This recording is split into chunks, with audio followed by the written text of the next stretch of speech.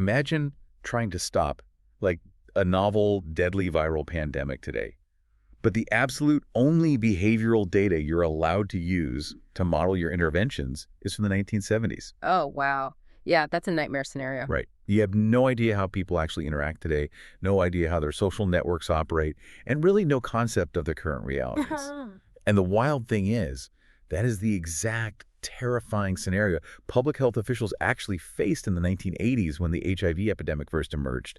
They were just, they were flying entirely blind. They absolutely were. And today, we're going to explore exactly how we ended up in that blind spot and, more importantly, how we're mapping our way out of it. Yeah, let's dive into it, because Okay. it's a super sobering historical reality. It really is. I mean, when we typically conceptualize public health, we tend to picture very visible reactive measures. Like outbreak containment or vaccination drives. Exactly, emergency response stuff. Mhm. But when it comes to the complex world of human intimacy, that reactive model completely breaks down. Right.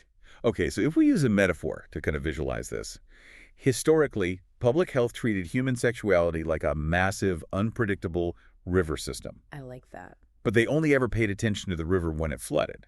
They only looked when the banks burst and caused, obvious measurable damage. The disease outbreaks, the infections, the immediate crises. They were entirely focused on the floodwaters. Exactly, just staring at the flood. And what modern epidemiology has realized is that, well, you cannot simply manage the floods. If you want to protect populations, you really have to study the underlying topography that shapes those currents in the first place. Which means looking at the social norms and gender dynamics. Precisely. You have to engage with the vibrant, complex ecosystem that the river actually sustains, which is human sexual health and well-being. Yeah. And crucially, you have to map out all the invisible dams, the concrete diversions, and the channels built along the way. Meaning the societal regulations and economic pressures. Right, and the legal frameworks, all of it. Well, mapping that invisible architecture is our exact mission for you today. So, welcome to the deep dive. This is designed to serve as your dedicated companion to Chapter 6.2 of the Oxford Textbook of Global Public Health. And we should be clear, we are not here to just read off a list of epidemiological statistics for you to memorize. No, please no. That's what the textbook is for. Exactly. We are here to help you build robust conceptual frameworks. We are going to make a fundamental leap today from looking at narrow individual biological risk to understanding sweeping social vulnerability. We're exploring how modern public health navigates the incredibly dense intersections of intimacy, identity, and inequality. Because that conceptual leap, that's the foundation of effective practice. Definitely. Whether you are a medical student prepping for boards, a public health trainee designing interventions, or a practicing clinician just sitting across from a patient, understanding these underlying mechanisms is what allows you to see the complete clinical picture. Right. The overarching theme we want to reinforce today is that you just cannot isolate a pathogen from the social network it travels through. No, you really can't. Nor can you isolate it from the societal rules that govern that specific network. So, okay, let's unpack exactly how we got here. Yeah. Because if we really want to understand the current state of sexual health, we have to look at the historical evolution of this field. And frankly, it has been a deeply flawed, wild ride. Oh, for sure. Where did the formal discipline of public health even begin when it came to human sexuality? What was the starting point? Well, we have to trace this back to the late 19th and early 20th centuries. Okay. During that era of, rapid industrialization and urbanization, public health essentially viewed human sexuality as, at best, a marginal, distasteful concern. Wow, distasteful. Yeah, the absolute primary and arguably only focus was on controlling what they termed venereal diseases. So basically, they only cared about the floods. If it wasn't a disease outbreak, they just weren't looking. Exactly. And what's really crucial to understand here is the underlying motivation driving the science at that time. Which was what? Well, the approaches in both clinical medicine and public health were heavily, heavily characterized by the prevailing moral values of the Victorian and Edwardian eras. Oh, so very rigid. Very. The goal of the health establishment wasn't holistic well-being or understanding human nature. The primary concern was protecting what was viewed as, quote-unquote, pure mainstream society. Protecting it from what? From the threat posed by those deemed marginalized or deviant. Wow. So it was an entirely adversarial framework. like an us versus them It mentality. was entirely driven by pathology and fear. I mean, public health campaigns of the era often explicitly targeted specific groups, Oh, well. like sex workers or certain immigrant populations, framing them basically as vectors of disease that threaten the sanctity of the traditional family. So the science was just subservient to the morality of the time. It's kind of incredible how much societal morality didn't just, drive the science, but actively restricted the kinds of questions scientists were even allowed to ask. Yeah, it put a massive blinder on the whole field. But then, as we move through the timeline, the mid-20th century brings a massive seismic shift, right? It does. We start seeing a move away from just looking at pathology, and there's this sudden growing intellectual interest in mapping out like normal behaviors. What Yeah. changed? The focus slowly pivoted because the sheer diversity of human behavior could just no longer be entirely ignored. Right. The intellectual curiosity regarding what people were actually doing behind closed doors reached its absolute zenith in the late 1940s and early 1950s in the United States. Oh, we're talking about the Kinsey studies. Yes, most notably the Kinsey studies. Oh. Alfred Kinsey and his colleagues completely disrupted the medical and public health fields by empirically cataloging just a vast array of sexual behaviors. They actually collected the data. Massive data collection, and they demonstrated that what society assumed people were doing and what people were actually doing were two entirely different things. But this golden age of sexual research kind of hit a brick wall, didn't it? Oh, a remarkably solid, politically motivated brick wall. Because it seems like right when we started gathering the data we actually needed, the entire enterprise was just shut down. Yeah, the controversy surrounding the Kinsey reports was intense. People were shocked. They were outraged by the findings. I can imagine. And when you place that moral outrage right in the middle of the Cold War political climate of the 1950s, Oh, the McCarthyism era. exactly, an era characterized by deep suspicion of anything considered subversive or non-traditional, the result was a catastrophic backlash. So they just cut the funding. It led to an almost total curtailment of institutional and governmental work on the topic. For decades, financial support for sexuality research completely dried up. Wow. Public health, as an institution, basically went to sleep on the subject. Which brings us right back to that terrifying scenario I mentioned at the start of the deep dive. They went to sleep, completely unaware of the tidal wave that was building offshore. The 1980s. Yeah. But before we get into the crisis of the 1980s, we really need to build out a crucial differentiating framework for you. This is something you, as the listener, really need to hold on to as we navigate the rest of this material. It's the core of modern epidemiology in this space. Right. Historically, public health treated sexuality as a flat, two-dimensional concept. You are X, therefore you do Y. But modern epidemiology introduces a three-dimensional perspective: identity versus behavior versus desire. This is a fundamental paradigm shift in how we categorize human populations. Can you break that down for us? Sure. So the collective human need to categorize others, combined with our individual need for self-understanding and belonging, has created a vast, evolving range of sexual identities throughout the world. Right, the labels we use. Exactly. But rigorous public health requires us to separate identity from behavior and to separate behavior from desire, because they are not always aligned. Okay, let's make this concrete with some specific examples from the text. Uh. Because identity varies wildly across different cultural and historical contexts, doesn't it? Oh, massively. Like you have the very Western-centric, highly political identity of being gay, and the concept of coming out of the closet, which is heavily tied to the post-Stonewall era in the U.S. Right. But then you have broader queer identities that proliferated as multicultural academic and activist societies developed, embracing a more fluid understanding of self. And we must look globally, too. You have socioeconomically or caste-related alternative sexualities with ancient cultural roots. Like the Hijras in India. Exactly. And then there are incredibly specific individual-centered identities defining highly niche subcultures, terms like dykes, boa, or drama queens. Oh, interesting. Furthermore, there are even strategic identities. Strategic? How so? For example, the term sex worker is an identity that has actually empowered certain subcultures by reframing their reality as a matter of labor rights. Ah, deliberately diminishing the moral stigma associated with the older term prostitution. Precisely. So all of those are distinct identities. But here is where my brain always gets a little stuck, and I think a lot of people struggle with this. What's that? We naturally assume that if someone deeply desires something, they'll eventually do it, rightly. And if they do it regularly, that behavior becomes who they are. It becomes their identity.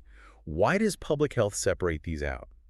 Because an identity does not always perfectly map onto a behavior, and a behavior does not always stem from a specific intrinsic desire. Really? Like when? While sometimes behavior is driven by economics or coercion or social expectation entirely divorced from desire, That makes sense. and conversely, sometimes profound desire is never acted upon due to fear, religious conviction, or just lack of opportunity. Okay, I use an analogy to keep this straight in my head. Let's hear it.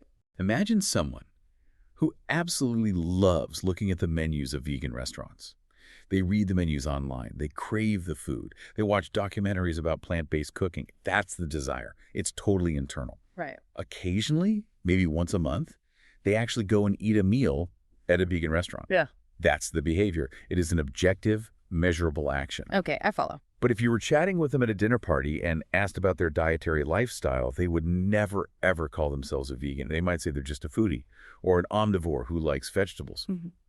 So they lack the vegan identity. Yes. Now, historically, public health tried to treat the menu reader, the occasional diner, and the card-carrying ethical vegan as the exact same person. That is a brilliant analogy, and it perfectly illustrates the problem. When public health treats those three dimensions, desire, behavior, and identity, as identical, interventions completely fail. Because you're talking to the wrong person.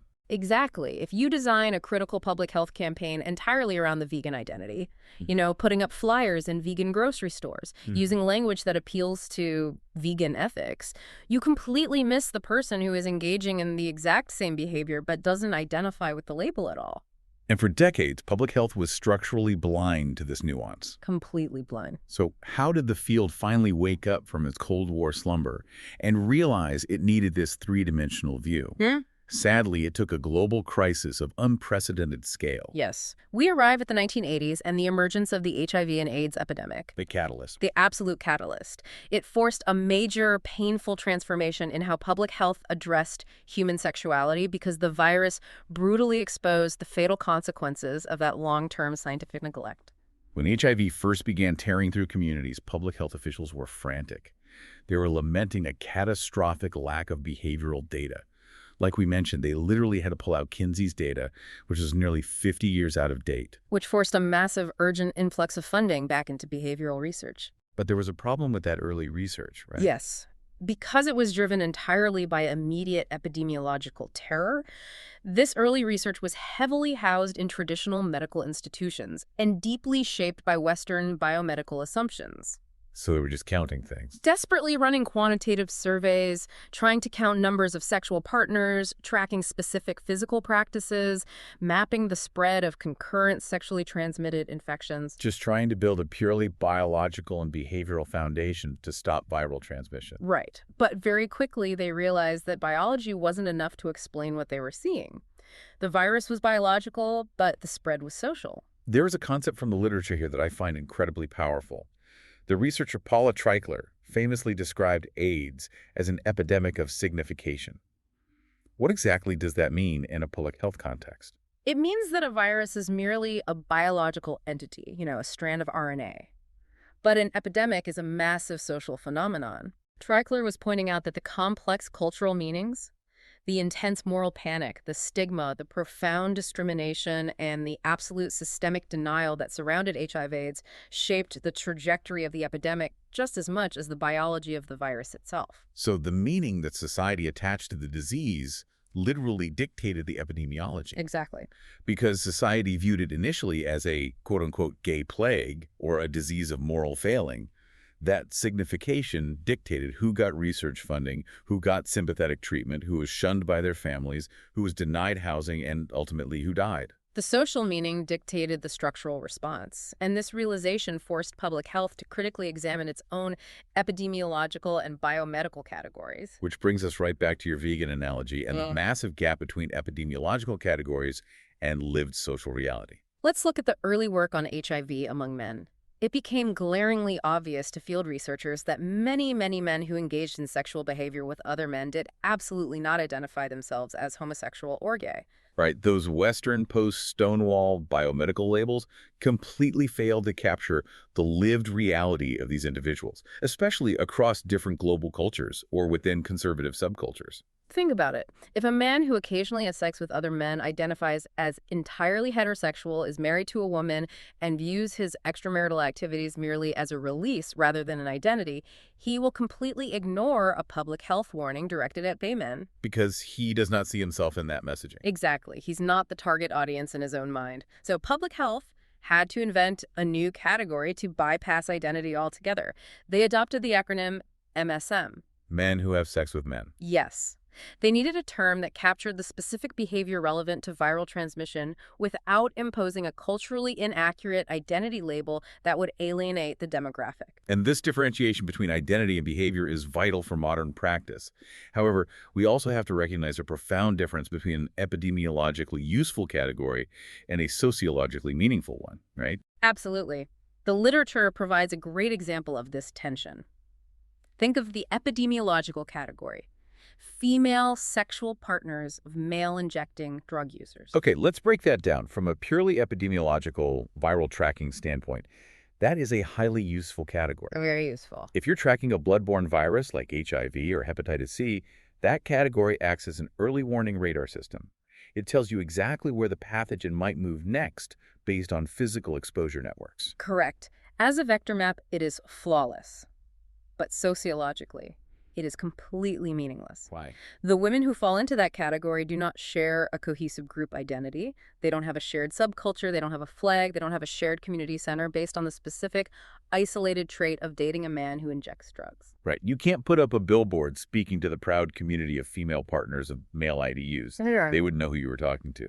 Therefore, if you try to design a holistic health promotion campaign that addresses them as a unified social group, it will fail. They have no sense of collective identification based on those circumstances. This realization really revolutionized the field, didn't it? It proved that sexual risk behavior isn't just floating in a vacuum of individual choices. It's deeply embedded in larger social hierarchies and structures. Which leads us to a critical paradigm shift introduced by global health researchers like Paul Farmer. Historically, epidemiology focused heavily on the concept of behavioral risk. Right.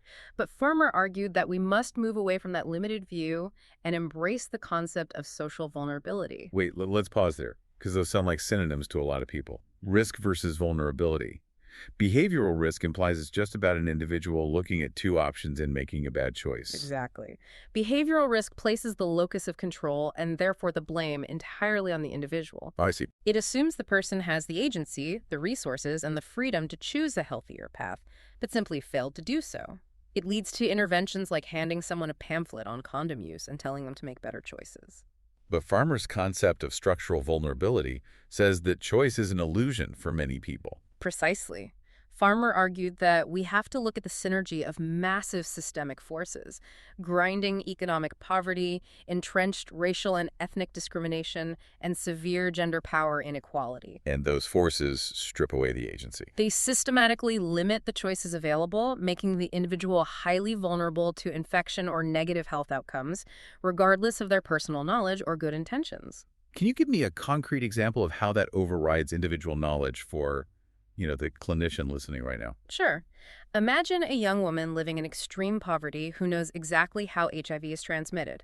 She has read the pamphlet. She understands behavioral risk perfectly. But if she is economically dependent on a partner who refuses to wear a condom, and she knows that insisting on condom use will result in physical violence or her being kicked out onto the street, her knowledge of HIV is irrelevant. Wow. Her structural vulnerability, which is driven by poverty and gender inequality, completely dictates her outcome. It is the difference between handing someone a bucket during a flood versus asking the systemic question of why they were forced to build their house on the floodplain in the first place. That is exactly it. You have to address the floodplain. Wow. Okay, so the HIV/AIDS crisis fundamentally forces public health to look at the floodplain, to look at the systems. And if we're going to look at human systems, we really have to start at the beginning of human development. We do. Let's move into how these vulnerabilities are built from the ground up, examining youth, socialization, and the gendered experience. When analyzing youth populations, we must make a crucial distinction between biology and socialization. Puberty marks the biological onset of reproductive capability. The physiological changes, the hormones, the secondary sexual characteristics. The hardware. Right. But it is societal socialization that dictates exactly how that biological puberty is actually experienced, managed, and understood by the individual. And it is experienced very, very differently depending on gender and the surrounding cultural framework. We have to impartially examine the structural outcomes of different rites of passage. Let's look at female genital excision. Right. In the global public health and human rights arenas, this is widely framed as female genital mutilation. Yeah. When we look at the structural outcomes, this practice essentially desexualizes girls at a young age. It does. It focuses societal attention entirely on her future fertility as the sole representation of her femininity, actively denying or removing the capacity for sexual pleasure. Contrast that structural outcome with traditional male rites of passage in many societies, such as male circumcision ceremonies. Yes, in many of the cultures studied, this rite is socially framed as empowering. It marks the transition from boy to man. It signifies the acquisition of manhood and explicitly associates male sexuality with virility, social power, and future familial responsibility. So the social norms embedded in these physical acts fundamentally shape the long-term psychological and physical trajectory of these young people. They do. And those historical trajectories are slamming headfirst into massive modern structural barriers today. Like globalization, the rapid and chaotic shift from rural to urban environments, the advent of formal schooling, these macro-level forces are completely transforming how young people are sexually socialized. And often they are creating entirely new vulnerabilities. Let's trace the cascading system impacts of just one of these vulnerabilities in a resource-poor setting: adolescent pregnancy. Yeah. In public health, we cannot view adolescent pregnancy merely as a single medical event. It is a trigger that initiates a devastating cascade of structural failures. Let's walk through that cascade. It starts with the immediate severe biological risks, right? Yes. A 14-year-old body is not fully developed for childbirth, which leads to disproportionately high rates of maternal mortality and devastating morbidities like obstetric fistula. Which is a condition that causes chronic incontinence and profound physical suffering. Exactly. But the biological crisis immediately cascades into the social realm. Experiencing an adolescent pregnancy or an obstetric fistula makes young girls highly vulnerable to being expelled from or dropping out of school. And that educational dropout cements their economic reality. They're now locked into lifelong poverty. Which then cascades into the psychological realm, leading to severe mental health problems, isolation, and further marginalization. It is a domino effect driven entirely by initial structural vulnerability. It's tragic. And as we study youth, we also must challenge our own basic assumptions about timelines. We often assume sexuality operates like a light switch that just flips on at puberty. But research explicitly warns against that assumption. There is widespread pre-puberty exploration, natural childhood curiosity, and today, near universal early access to highly explicit internet pornography.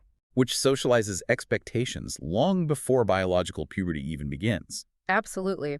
We must also examine the gendered division of labor as a structural driver of risk. For example, young girls in many impoverished settings are often married off to much older men. A dynamic of intergenerational sex. Yes. This immediately creates a power imbalance that makes negotiating safe sex nearly impossible. Meanwhile, young boys face a different structural pressure. They are often forced to migrate from rural villages to sprawling urban centers to find wage labor. And how does that migration alter their specific risk profile? Well, when a young man is severed from his traditional kinship network and the social norms of his village, he is thrust into an isolating urban environment. He faces new economic desperation, loneliness, and exposure to entirely different peer networks. That sounds like a recipe for risk. It is. This drastic shift in environment completely alters his sexual decision-making, often leading to higher risk behaviors simply as a coping mechanism or a means of survival. So both of these structural drivers, intergenerational sex for girls and forced urban migration for boys, are massive systemic contributors to population-level risk. Precisely. Which naturally brings us to the intense policy and ethical battleground of how we prepare youth for these realities: sex education. A very hotly debated topic globally. Highly regulated by local kinship networks, school boards, and national policies. And globally, there is a profound ongoing tension between two dominant models. On one side of the debate, you have advocates pushing for comprehensive sex education approaches. This model argues for providing full information, which includes practical interventions like condom distribution, detailed education on consent, and strategies for STI and HIV prevention. And on the other side? You have conservative or faith-based groups who advocate that sex education must be strictly limited to teaching abstinence until heterosexual marriage, arguing that comprehensive education encourages early sexual initiation. And recently, this debate has expanded far beyond just preventing pregnancy and infection. It now heavily involves how schools address sexual orientation and gender identity. Primarily because of the severe mental health impacts of bullying, both in the physical schoolyard and online. This is a crucial pivot in public health thinking. Right. Addressing bullying isn't just an educational discipline issue, it is a profound public health intervention. I like to call this upstream engineering. If you implement a strong structural intervention at the school policy level to prevent the cyberbullying of LGBT youth, you aren't just improving their day-to-day mood. What do you do? You're doing critical upstream engineering. By creating a safe environment, you are actively preventing downstream mental health crises, you are reducing future substance abuse, and you are lowering the likelihood of reckless sexual risk-taking that often stems from trauma and low self-worth. By fixing the dam upstream, you stop the flood downstream. Exactly. That is exactly how modern public health must approach youth sexuality, as a continuum of structural interventions. But as we transition our focus from youth to adulthood, we encounter a truly fascinating historical blind spot in epidemiology. We do. For decades, the field extensively studied marginalized groups, but completely ignored the majority. We call it the referent category. Yeah. This brings us to Section 4, the invisible default heterosexual relations. Yes. This concept is absolutely wild to me. Heterosexuality, the most common sexual orientation, largely escaped rigorous scientific inquiry for decades. Why? Because it was just treated as the default setting of humanity. It's like asking a fish to analyze the water it swims in. The water is so ubiquitous it becomes invisible. Exactly. The critical analytical framework we must introduce here is heteronormativity. Okay, define that for us. Heteronormativity is a sociological and public health concept used to describe how dominant pervasive cultural norms regulate expectations and power dynamics in both casual and steady partnerships. So it's the invisible architecture that dictates, often subconsciously, how men and women are quote-unquote supposed to interact. Right. What roles they must play and who holds the power. And examining this architecture leads us directly into the political economy of heterosexual relationships.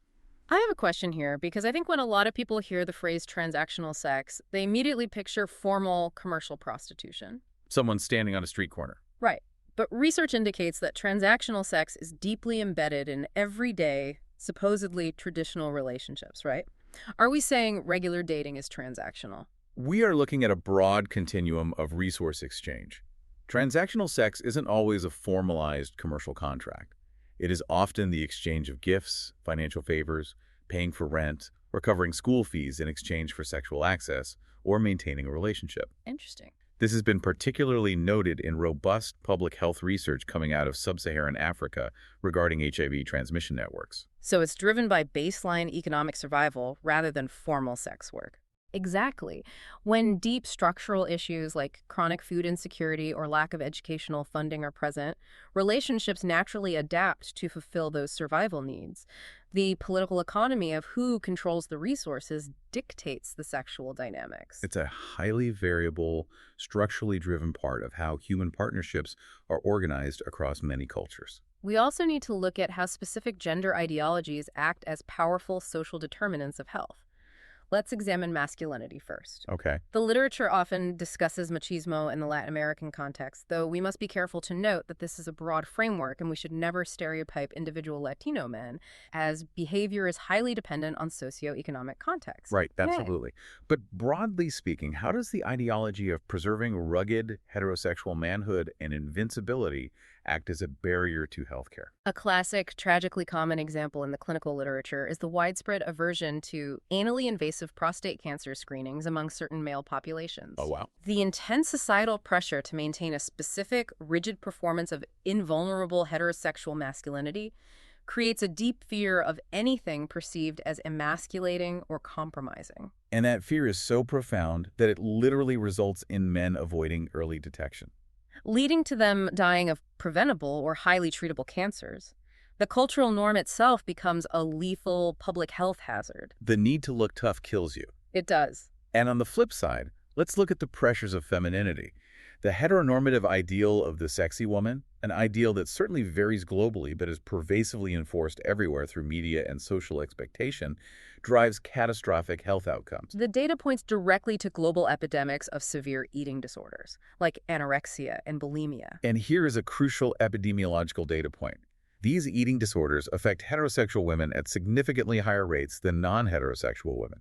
Which is why public health frameworks, such as the Healthy People 2020 initiative in the United States, explicitly link these cultural pressures to the social determinants of health. So heteronormative femininity is not just a cultural quirk. No, when it limits a woman's resources, dictates her self-worth purely by physical appearance, or creates environments of discrimination and physical harm, it operates as a definitive structural determinant of women's overall and sexual health. Here's where the data pushes back on some deeply held societal assumptions. A lot of traditional public health frameworks, and certainly major societal and religious frameworks, operate on the assumption that traditional heterosexual marriage is inherently a protective factor for health. That is the assumption, yes. The assumption is that if you are married, you are stable, you are monogamous, and you are safe from sexual health risks.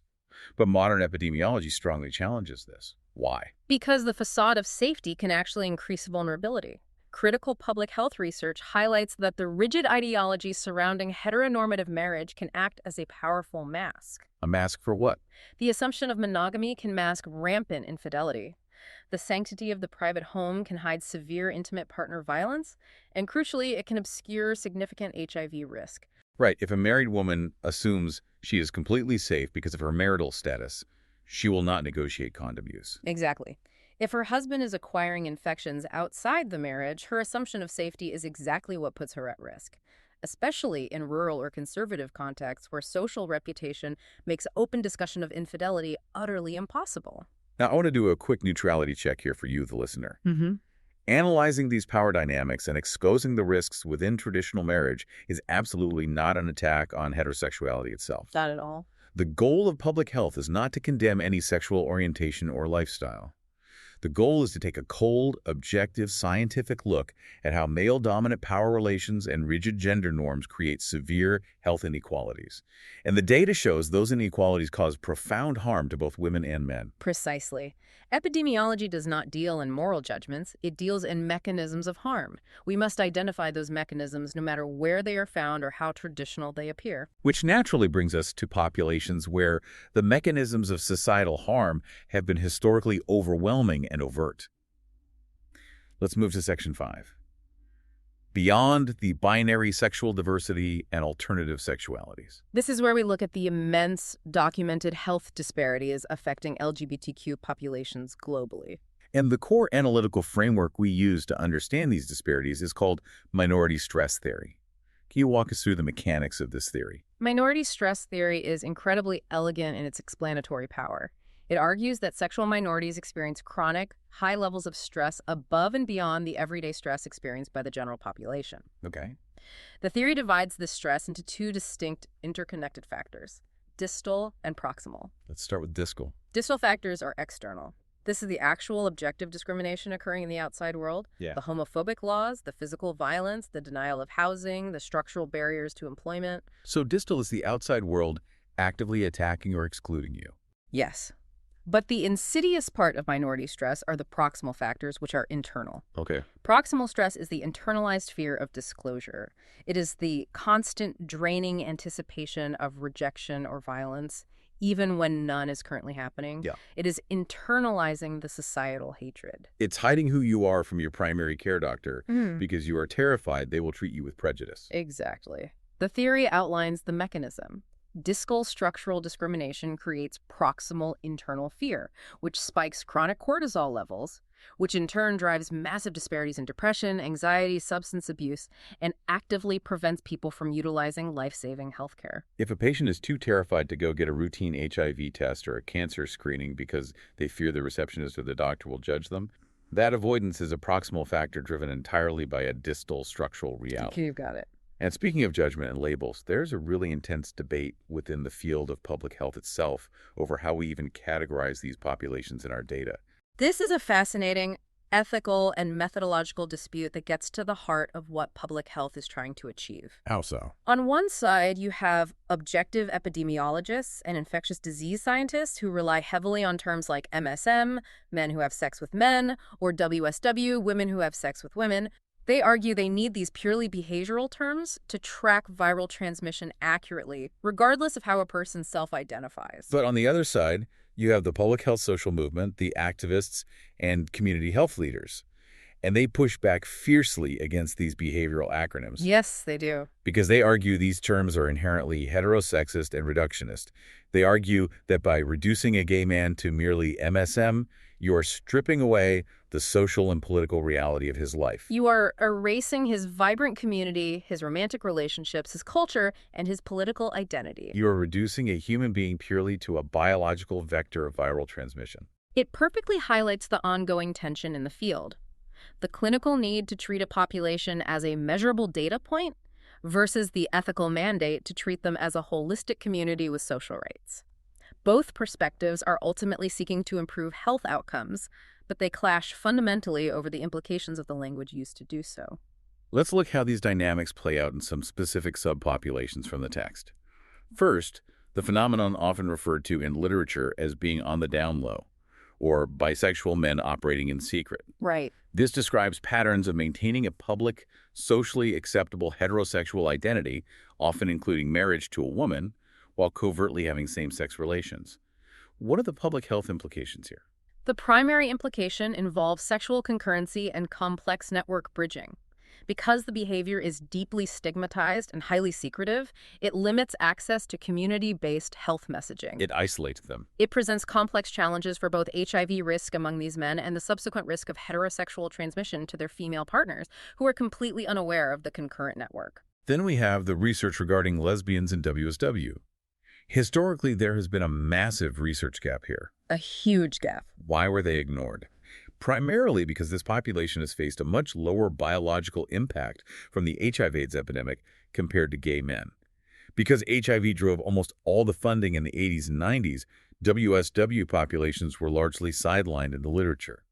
But just because HIV risk is statistically lower does not mean severe health risks are absent. What are the risks? The literature highlights specific, deeply concerning risks for this population.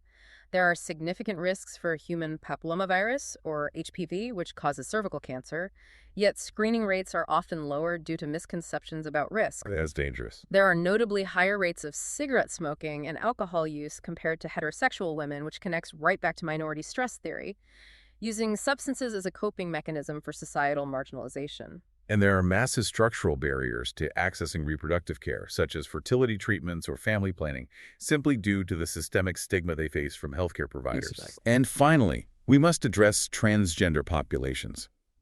The public health concerns here are profound and multi-layered. Stigma, severe discrimination, and lack of legal protection severely limit employment and educational opportunities. Which is a direct structural vulnerability. This structural exclusion directly drives many transgender women into commercial sex work simply to survive economically, thereby drastically increasing their biological risk for HIV and physical violence. Furthermore, we must look at the specific medical needs, such as gender modification procedures. Right. When safe, legal, and affordable medical care is inaccessible due to policy or poverty, individuals do not simply stop seeking alignment with their gender identity. They find other ways. They are forced to resort to incredibly dangerous, unregulated alternatives, such as black market hormone therapies and illegal, non-medical silicone injections, which carry massive risks of infection, disfigurement, and death. What's fascinating here is how different global governance models are responding to this reality. In places like Brazil and Cuba, public health policy debates about government funding for gender modification procedures are actually being framed as fundamental human rights and basic public health safety issues. They're arguing that providing safe care is a harm reduction necessity, rather than classifying it merely as an elective, cosmetic procedure, as is common in many Western nations. It is a profound shift in recognizing structural vulnerability, but this raises an immense logistical question for researchers. If you want to study these vulnerabilities, how do you actually reach these groups? Epidemiologists refer to them as hidden populations. And they are hidden for a highly rational reason. They rightfully fear crippling stigma, loss of employment, or even violent legal prosecution. Right, you can't just mail out a standard randomized household survey with a government seal on it and expect a transgender sex worker in a conservative nation to fill it out accurately. They will throw it away or they will deliberately lie to protect themselves. There is no public registry. There is no known sampling frame. So how does the science proceed? This challenge forced public health to undergo massive methodological innovation. You cannot use traditional probability sampling. Instead, researchers had to develop entirely new network-based methods. Like what?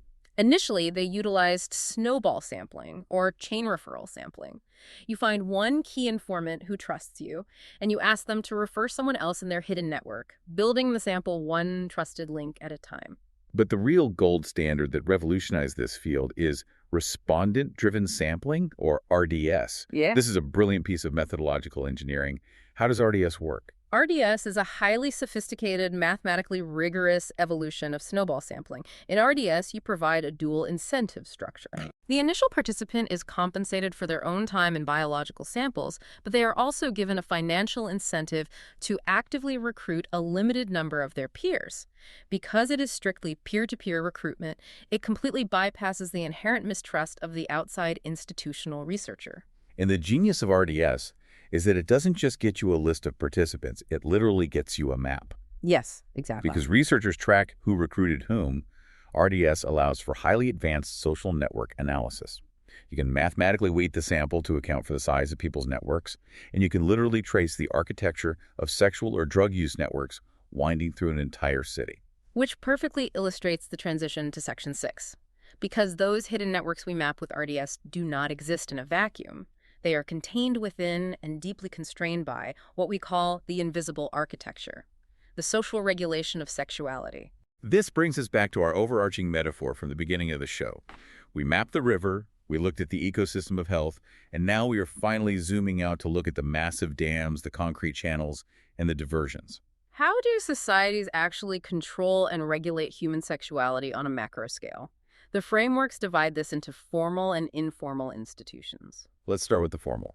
The formal institutions are the legal frameworks. The law is arguably the most powerful structural determinant of sexual health. This includes sodomy laws that explicitly criminalize certain behaviors. And these laws don't just result in arrests. They create a chilling effect that keeps entire populations out of health clinics out of fear of being reported. It also includes laws regarding marriage and economics. Marriage bans that marginalize non-heterosexual couples, deny them health insurance benefits and next-of-kin rights in hospitals. And we must include inheritance laws. If a woman in a patriarchal society cannot legally inherit property or land, she is economically bound to a male partner. Which is a huge factor. That economic binding vastly increases her structural vulnerability to both HIV and domestic violence because she literally cannot afford to leave. The law forms the concrete dam. But then you have the pervasive informal institutions, the local social networks, the community gossip, the threat of ostracism. And the most powerful of these informal regulators are the family unit and the educational system. Now, in general public health literature, family is usually framed purely as a protective support system. But critical sexuality research bluntly demonstrates that families can also be profound sources of structural vulnerability and harm. We see this tragically often. If a family holds rigid conservative values that aggressively condemn homosexuality or gender nonconformity, that immediate family environment directly drives high rates of depression, youth homelessness, substance abuse, and suicidal ideation among LGBT youth. The supposed safe haven becomes the primary vector of trauma. The exact same dynamic applies to schools, depending entirely on their local political agendas, the curriculum they are allowed to teach, and their active policies on preventing bullying. And then, as a macro regulator, we must examine the role of religion. To understand epidemiology globally, we have to neutrally and objectively contrast how different religious traditions regulate sexuality and produce vastly different public health outcomes. Let's look at two contrasting examples from the text.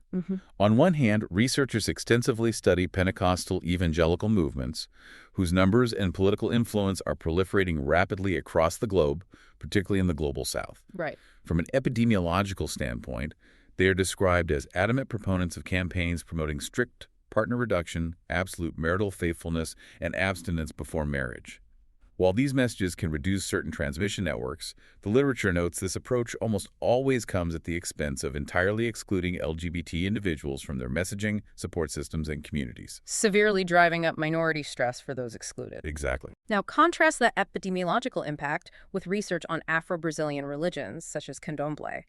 These faith-based organizations are heavily documented as embracing alternative sexualities, accepting sexual diversity as a natural variance, and maintaining strong, active platforms for women's equality, community rights, and health promotion. So here you have two entirely different religious frameworks producing two entirely different sets of social regulation, resulting in radically different public health access and outcomes for their adherents. Yes. And finally, we have to talk about the elephant in the modern room, the ultimate new invisible architecture, the internet. It has fundamentally rewired the topography of our river. It absolutely has. I'm thinking about geosocial networking apps like Grindr or Tinder, which use GPS to instantly locate proximal partners. And we also have to factor in the ever-growing, easily accessible pornography industry.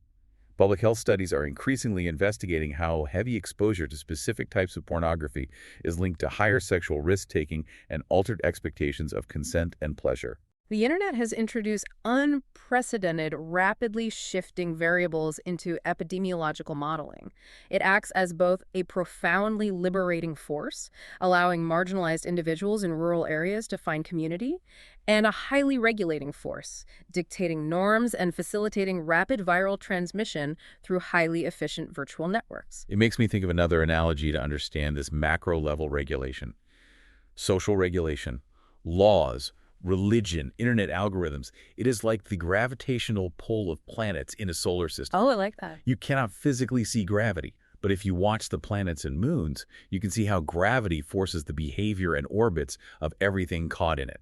If we want to change public health outcomes, we can't just stand on the surface and yell at the individual planets to move differently. We have to map this invisible architecture of gravity. And we are just starting to do this, using new ethnographic methods, social listening, and cellular phone tracking to map this virtual sociology. We are mapping the gravity. And as we map it, and as we uncover the deep structural vulnerabilities caused by these massive systems, we inevitably, unavoidably confront the question of human rights. Which brings us to the culmination of our journey, Section 7. From harm reduction to human flourishing sexual health and sexual rights. Yes. This is the ultimate conceptual leap. Moving from seeing sexuality purely as a dangerous disease vector, the terrifying flooded river of the 19th century, to viewing it as a fundamental domain of human rights and holistic well-being. The historical watershed moment for this global transition was the 1994 International Conference on Population and Development, the ICPD, held in Cairo. This was a massive gathering of global health leaders, governments, and activists. And it was incredibly contentious. There were massive, heated debates on the floor over whether the specific term sexual rights should even be allowed to be included in the official UN documents. Why was that specific phrase so terrifying to some delegates? To understand the tension, we must build our final conceptual framework.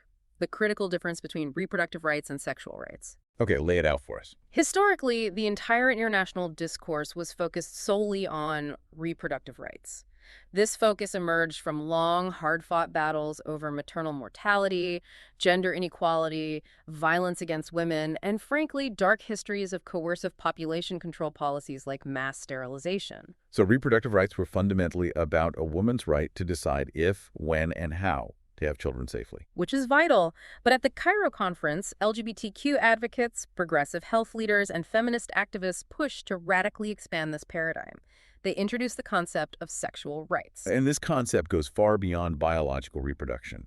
It asserts the right to bodily integrity, the right to non-heterosexual health care, the right to choose your partner, and protection from harm and coercion, entirely regardless of whether procreation is even a biological possibility. This profound expansion of thought is beautifully and officially captured in the World Health Organization's modern definition of sexual health.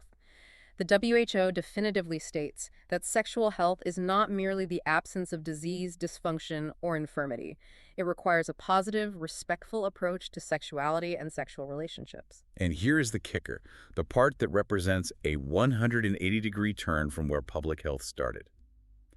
The WHO definition explicitly states that sexual health includes the possibility of having pleasurable and safe sexual experiences. It's a massive shift. Public health, a field that started over a century ago by terrifiedly policing venereal diseases and punishing deviants, is now officially, globally advocating for the human right to pleasure. The impact of implementing this theory in actual public health practice is profound. We can look at a brilliant practical example of how a rights and pleasure-based framework changes outcomes. The evolution of condom marketing. Oh, this is the perfect example of the shift. Historically, public health agencies marketed the condom purely as a clinical prophylactic barrier. The messaging was essentially, wear this sterile medical device so you do not die of a terrifying disease. And shockingly, trying to sell a product based entirely on clinical fear to people in the heat of passion wasn't very effective. No, it was a massive failure in behavioral engineering. But by applying a sexual rights and pleasure-based framework, progressive social marketing campaigns pivoted entirely. How did they pivot? They began using culturally relevant sex symbols, humor, and eroticism to make safe sex sexy. They eroticized the condom. Instead of fighting against human desire with sterile clinical warnings, they harnessed that desire. It is a brilliant form of harm reduction built on the undeniable reality of human pleasure. They finally stopped fighting the river and they started riding the current. Riding the current. Navigating the topography, understanding the ecosystem, and mapping the dams. We have moved from reacting blindly to the floods of pathology, to understanding the deep topography of social vulnerability, to finally embracing the ecosystem of human flourishing and rights. So what does this all mean for you, the learner, moving forward in your career? I want to leave you with a final, provocative thought that builds on everything we've discussed regarding mapping the invisible architecture. As we move deeper into the 21st century, our biological drives remain ancient. The human body's hardware hasn't changed, but our sexual networks are now increasingly and inextricably governed by digital algorithms, artificial intelligence, and GPS coordinates. Right. If a smartphone app's proprietary sorting algorithm can literally dictate the epidemiology of an entire city's sexual network by matching certain demographics together and keeping others geographically apart, then public health must fundamentally evolve again. We must move from just studying biology in a physical clinic to mapping virtual sociology in the cloud. How ready is our current medical and epidemiological training to treat a software algorithm as a primary structural determinant of health? That is a chilling, complex, and utterly fascinating thought to mull over. To navigate this rapidly evolving new world, you need your foundational frameworks to be rock solid. So let's pressure test these concepts before we wrap up. Sound good. I'm going to throw a few rapid-fire scenarios at you to lock in the material we've covered today. I'll have the question, I'll tell you to pause for a beat so you can formulate your answer, and then we will provide the solution and the conceptual reference. Ready? Let's go. Question 1. In the context of HIV epidemiology, why exactly did public health researchers pivot to adopting the acronym MSM instead of just using terms like homosexual or gay? Take a beat to lock in your answer. The answer is to capture the specific behaviors relevant to viral transmission without imposing culturally inaccurate Western biomedical labels on individuals who actively do not identify as gay. You can review this conceptual shift in the section, The Impact of AIDS. Question 2. According to minority stress theory, if a patient avoids getting an HIV test because they are deeply afraid of experiencing prejudice from their healthcare provider, what specific type of stress factor are they experiencing? Think about it for a second. They are experiencing a proximal factor. This is the internalized fear of disclosure or internalized stigma, which is ultimately driven by distal structural discrimination in society. You can review this mechanism in the section, Sexual Diversity and Alternative Sexualities. Question 3. How does the concept of heteronormativity act as a structural determinant of health for heterosexual women, specifically regarding their mental and physical well-being? Pause and think. It establishes rigid, idealized standards of femininity and body image, which significantly drives severe disparities in eating disorders, such as anorexia and bulimia, among heterosexual women. Review this in the section, Heterosexual Relations. Question 4. What is the primary methodological limitation of trying to use standard randomized household surveys to study hidden populations like sexual minorities or sex workers? Get your answer ready. These hidden populations completely lack a known sampling frame, and individuals will actively refuse participation or provide false information due to a highly rational fear of societal stigma and legal discrimination. This is covered in the section, Sexual Diversity and Alternative Sexualities. Question 5. Which specific epidemiological methodological approach solved this problem, allowing researchers to accurately trace sexual or drug use networks by providing dual incentives for participants to recruit their own peers? Take a beat. That is, respondent-driven sampling, or RDS. Also found in the section Sexual Diversity and Alternative Sexualities. Question 6. Finally, according to the modern WHO framework, how does the concept of sexual health fundamentally differ from the historical focus on reproductive health? Think about the paradigm shift. Sexual health explicitly incorporates the fundamental human right to a state of physical, mental, and social well-being in relation to sexuality. Crucially, this includes the active pursuit of pleasurable and safe experiences, entirely distinct from procreative capability or intent. Refer to the final section, Sexual Health and Sexual Rights. And that completely wraps up our rapid recall. Thank you so much for joining us on this extensive deep dive into the complex, flowing river of sexuality and public health. We've traced the currents from historical, fear-based pathology all the way to modern algorithmic mapping and human rights. Remember, don't just listen to us. Make sure you read the Oxford chapter alongside this discussion to truly cement your understanding of the topography we mapped out today. Keep questioning the systems around you and keep mapping the invisible architecture. Here are the details of this episode. Sexuality and Public Health. Byline. Intimacy, Identity, and Inequality, examining how sexuality intersects with health, rights, and policy.